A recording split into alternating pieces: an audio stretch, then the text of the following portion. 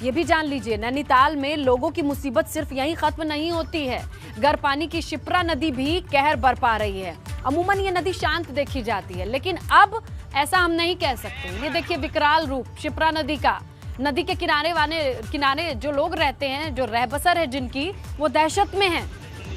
नैनीताल से करीब 30 किलोमीटर दूर खैरना और बेताल घाट शिप्रा नदी के खौफ के साए में यहाँ के लोग जी रहे हैं, क्योंकि शिप्रा नदी खुद निशान जो है खतरे का, उससे ऊपर बह रही है। बेताल घाट में शिप्रा नदी और अल्मोड़ा की ओर से आने वाली कोसी नदी का संगम भी होता है। और कोसी का विकराल रूप तो हमने आपको बताया, दिखाया, लेकिन इसके साथ ये भी जान लीजिए शिप्रा नदी ने भी साथ दिया है। और दोनों का संगम जब यहाँ होता है तो लोगों की परेशानियां कई गुना बढ़ चुकी हैं। इन तस्वीरों से अंदाजा लगाइए आप।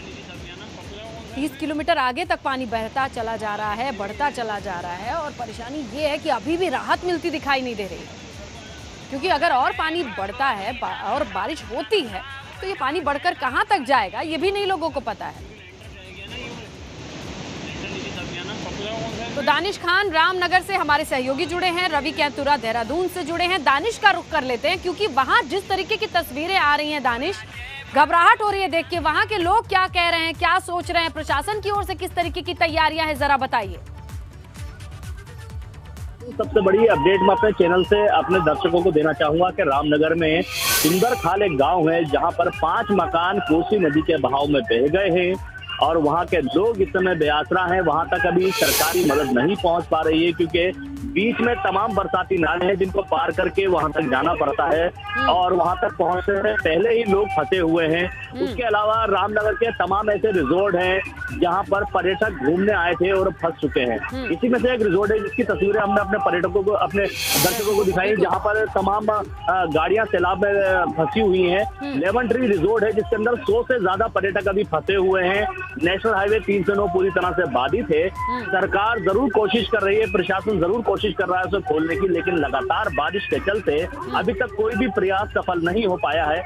दानिश छोड़िए सड़कों को, अभी जब रिजॉर्ट में पानी है और अगर पानी बढ़ता चला जाता है तो क्या उसके लिए कुछ तैयारी है? लोगों को रेस्क्यू किया जाएगा, वहां से रिजॉर्ट खाली कराया जाएगा, क्योंकि आपने बताया टूरिस्ट भी हैं उस रिजॉर्ट में। बिल्कुल, देखिए स्नेहलता, मैं आपको बता दूं प्रशासन की तैयारियां जरूर पूरी थी, लेकिन नाकाबिले तारीफ है, क्योंकि जिस तरह से पर्यटक रिजॉर्ट के अंदर फंसे हुए हैं उस तरह से ही गांव वाले भी यहां पर फंसे हुए हैं, लेकिन कोई भी सरकारी मदद अभी तक नहीं पहुंच पा रही है, क्योंकि बीच में जो बरसाती नाले हैं उन्होंने अपना रौद्र रूप अपना रखा है, जिससे सरकारी मदद भी अभी तक इन लोगों तक नहीं पहुंच पाई है। पिछले 48 घंटों से लोग यहाँ पर फंसे हुए हैं, जिनमें 5 मकान भी अभी बह चुके हैं। जी स्नेहलता। तो दानिश, मकान बह चुके हैं, रिजॉर्ट में लोग फंसे हैं, क्या कम्युनिकेट किया गया है कि अगर यहाँ सड़क रास्ते से नहीं आया जा सकता है तो क्या विकल्प बचता है? देखिए वहाँ के रहने वाले लोगों को भी बचाना जरूरी है, और जो लोग बाहर से आए हैं उनके घर वाले बेहद परेशान हो रहे होंगे कि जिस रिजॉर्ट में है उसमें पानी आ चुका है, प्रशासन की ओर से उनको मदद की दरकार होगी। तो कुछ कम्युनिकेट किया गया है लोकल बॉडी से? बिल्कुल, देखिए फोन के माध्यम से जरूर बात की जा रही है, लेकिन किसी तरह की कोई मदद अभी तक उन तक नहीं पहुंच पाई है।